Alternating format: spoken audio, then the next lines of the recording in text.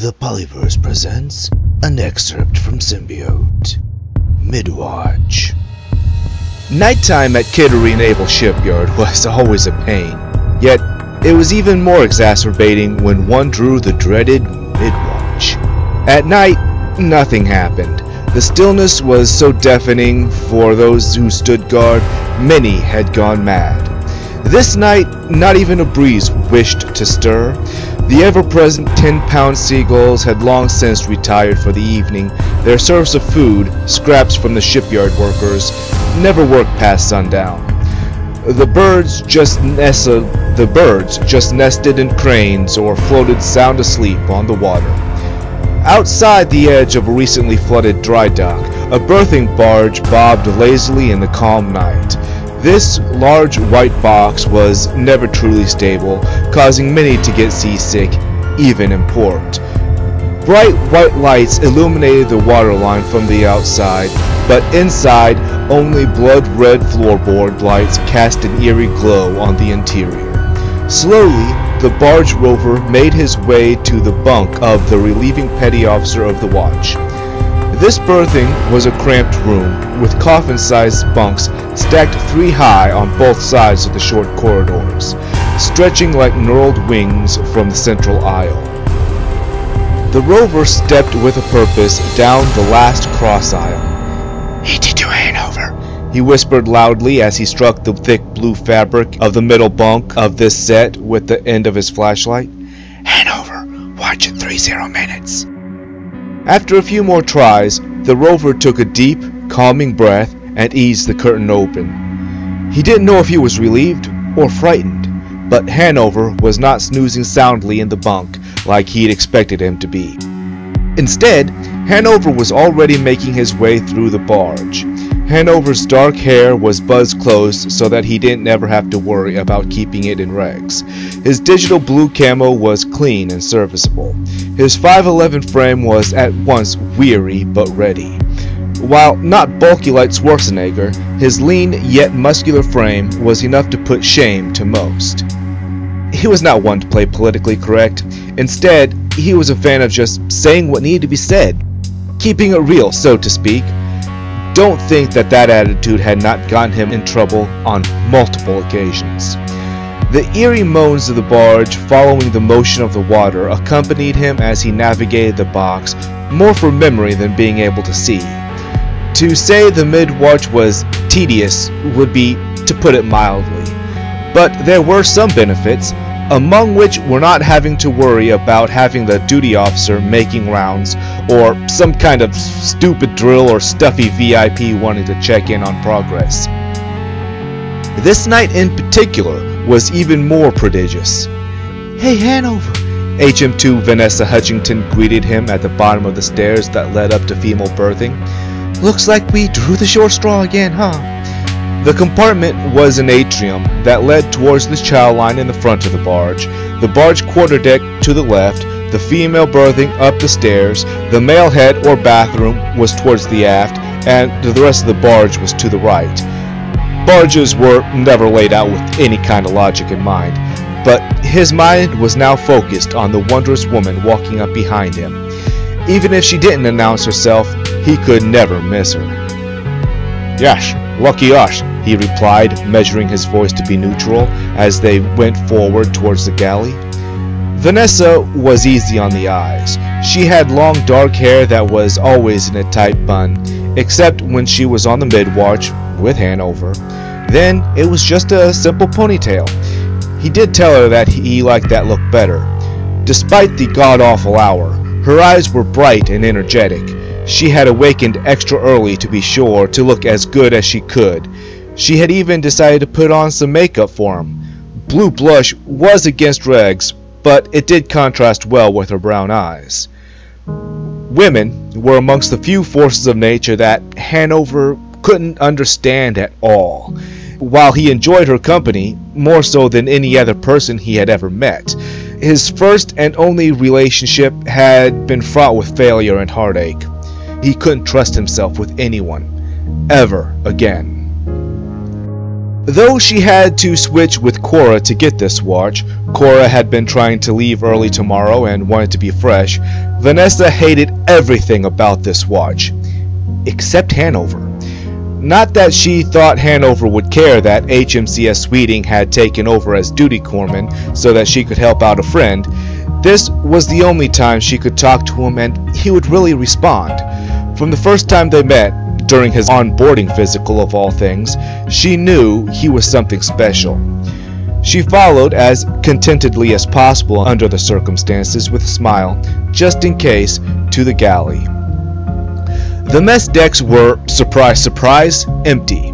The tables and benches were welded to the floor so nothing could be moved. The pair carefully made their way through, Vanessa pretending to trip a few times so Hanover would help her. He may not respond to anything else, but he would always catch her if she fell. "Do you want to sneak into the galley and get a sandwich?" he asked as they passed the door. "CS1 usually leaves some PB&J. Hanover had never been a ladies' man. As a child, he hadn't learned to play well with others. Being 10 in high school, he couldn't really make any friends. So, even if he had liked someone, he didn't know how to express it, and he hated looking like an idiot, so he didn't try. "You know, that sounds nice, assuming it's grape and not that nasty apple crap," she smiled, holding the door. The galley had been given a week once-over, just like the mess decks. All pots and pans had been cleaned, but not put away. There were no bloody floorboard lights here, so Hanover pulled out his rigged-for-red mini-mag, and they made their way to an industrial fridge. "Hey," Vanessa stepped up to the stainless steel surface. "There's a note. Left you doves some feed. Boned appetite?" "Ugh. When you don't know a language, you sound so stupid using it," Hanover sighed, opening the door. "But he made us 2 sandwiches each, triple-deckers. That's something, I guess." He pulled out the saran-wrapped sandwiches and shut the door with his leg. Rather than walking back to the mess decks proper, they stood across from each other on a central counter, making it into a standing table. "How did your sister's bar exam go?" Hanover asked, handing her sandwiches. Her voice was like the sweetest music to ever grace the human ear. He would happily commit to small talk just to hear it, and to be honest, he liked conversing with her, unlike most others he was forced to participate in discourse with. "You remembered?" she asked, accepting the food. Vanessa's heart skipped a beat. She knew his was a near-perfect memory, but he seldom seemed to commit to conversation 100%. She loved that he cared, even the little bit that he did. "Of course, you're a friend," he shrugged. "Why couldn't he say more?" "Well, she passed, barely." She took a bite and then chewed it for a bit before continuing. "She did get a job as a court-appointed whatever for the Chicago's DA office." "Well, it's a start." He had already finished his first sandwich. "What about your friend? Byron Henson, was it? Is he still at Harvard?" she asked around a mouthful of sandwich. He wanted to hear her talk, but was obliged to answer any questions she had as explicitly as possible. "He still goes there, yes. He's currently in Central America, though. Some kind of dig, I guess." "Why did he ever get into that? Didn't he start out at Caltech doing robots and stuff? You want my second sandwich?" "Hutch, come on. You know if you don't eat it, you'll be hungry again in an hour. You'll never need to worry about your weight." "Well, I suppose you're right." He was always direct, and that was one of the things she liked about him, so she didn't complain. After a sigh, she relented and took a bite. "Byron? Don't you remember the whole blew up the lab thing?" "Oh yeah, right. You know the strangest people." "You're not so bad, Hutch," he smiled. "Come on, let's get this watch started." The armory was housed in the lowest level of the barge, but tomorrow it would be moved to the recently completed and certified ship's armory. As it was, the creaks of metal on metal caused by the motion of the waves was eerie, almost beyond belief. "Watch your eyes," Hanover warned as he pulled the string on an incandescent bulb at the foot of the stairs. Vanessa stumbled a bit as the light blinded her, but Hanover went directly to the cage door of the armory.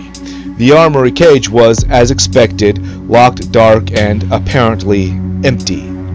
"Ugh, I don't have time for this," Hanover groaned, beginning to pound on the door. I hear you, groaned a voice from the back as the cage lights turned on.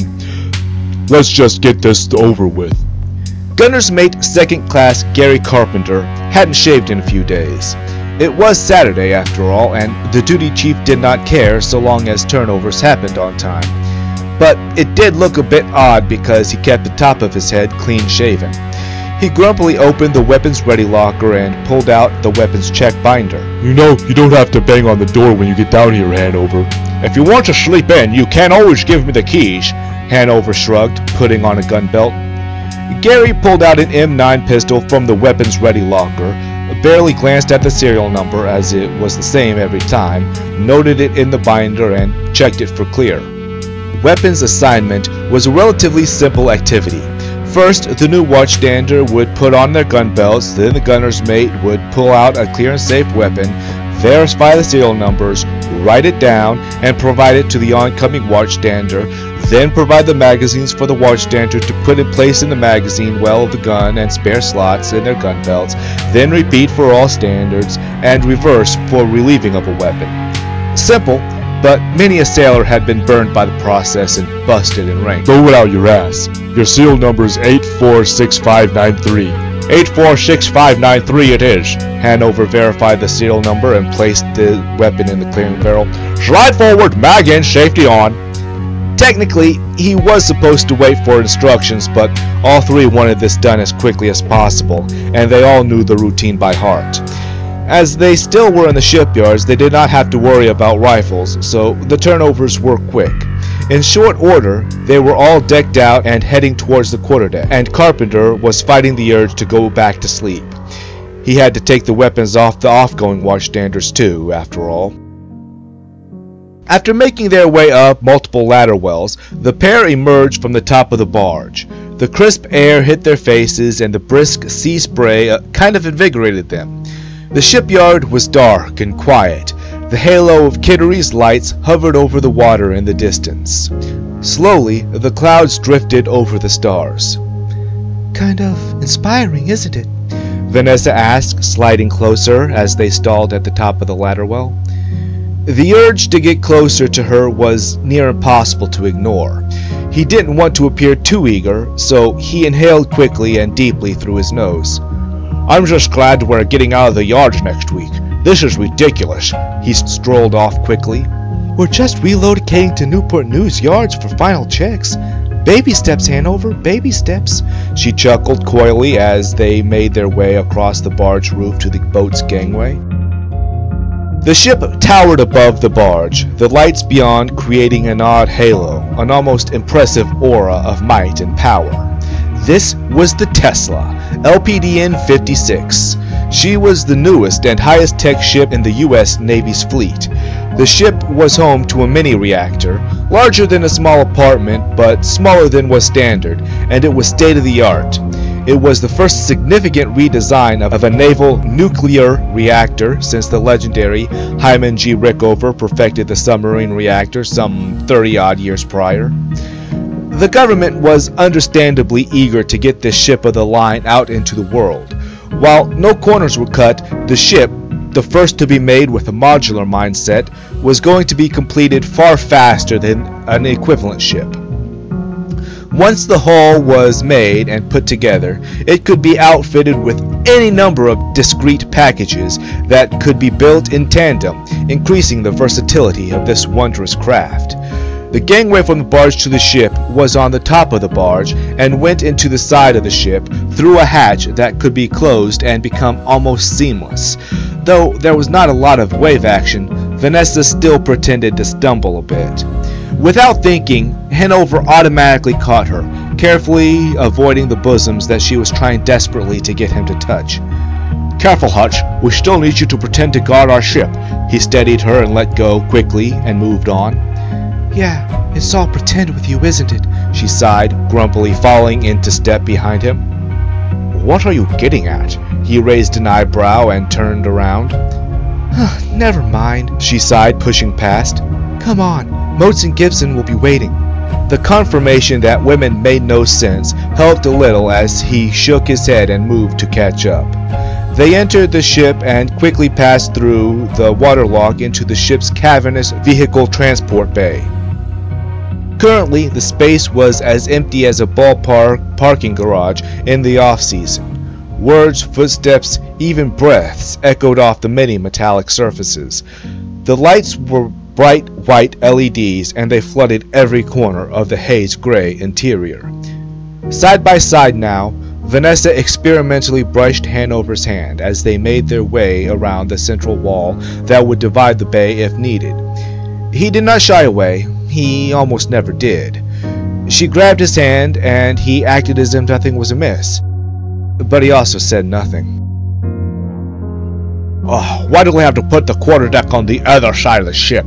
he groaned, opening the door with his free hand. He knew she was holding it. It was impossible not to notice the rapture. If it was anyone else, however, he would have cringed, perhaps accidentally putting the offender into an armbar before he could catch himself. But with Hutch, it was a comfort. He didn't care. In fact, he thought he might like it, so we can talk and stuff and know when we're about to get disturbed and get back in line, Vanessa suggested. "I'm sure HMCS Sweeting wouldn't care either way, so long as we didn't sleep," he shrugged. "Best not to try that with Caraval, though. He's kind of an ass." "Welcome to Midwatch." The current petty officer of the watch was one Motes harumphed, then smiled as he noticed the hands. "Glad to see you two are getting along, huh?" It had been so incredible that both had somehow forgotten they were hand in hand. They looked at each other, then their hands, then the others, etc., back and forth. Then, as one mind, they let go and looked at anything else but each other. "Well, Hutch was thinking about not showing up. She needed persuasion," Hanover tried to play it off. "And you expect us to believe you persuaded her?" MM3 Gibson scoffed. "Yeah, I convinced him. Let's get this over with," Vanessa groaned, putting her arms across her chest. For a moment, the awkward silence approached deadly. Motes and Gibson gave each other questioning looks as they tried to figure out what was safe to say. "It's Midwatch in the yards. Ain't shit to report. Don't even think those sub guys are on watch." Motes eventually shrugged. Kittery was normally a shipyard solely for refitting of nuclear submarines. All other nuclear ships, carriers and such, were built and serviced elsewhere. But it was decided, in order to increase security and spread funding around a bit, and to increase the speed at which the ship could be built, that Kittery should have the assembly contract. Though the subforce was still technically part of the Navy, it was worlds apart from the surface fleet, just as the Navy air battalions were completely different from the first two. The groups did not mesh well, and each looked down on the other divisions of the Navy, and Marine Corps, which was also technically another subdivision, loath as any of them were to admit it. At least the sub-guys left them alone now, after Hanover put them in their place for oogling Hutchington, something he had ignored for the rest of the ladies of the crew. "Yeah, same here." Gibson slowly scuttled to the exit. "They're in their stupid building," Vanessa harumphed. "Why do they get one and we don't?" Though women had been slowly introduced to the subforce, they were mainly in the ballistic subs, again a different world, and the officers' corps. The fast attack submariners currently occupying the yards could be a bit uncouth. Most of the women attached to the Tesla avoided them on principle. "Because we have a ship to break the wind, and they would be standing in the middle of nowhere if not for their little building on the bow." Hanover shrugged. "Stand relieved. Better get to the armory before Carpenter dozes off."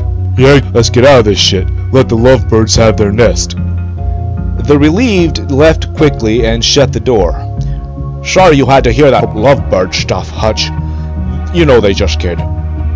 "Not as sorry as I am," she sighed to herself, then aloud. "You're reading?" "Why not? I do it every You don't want to talk?"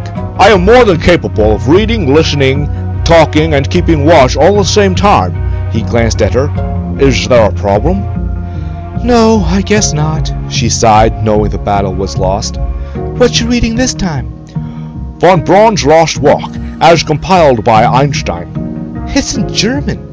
It's actually a deceptively complex code, but yeah, based on High German.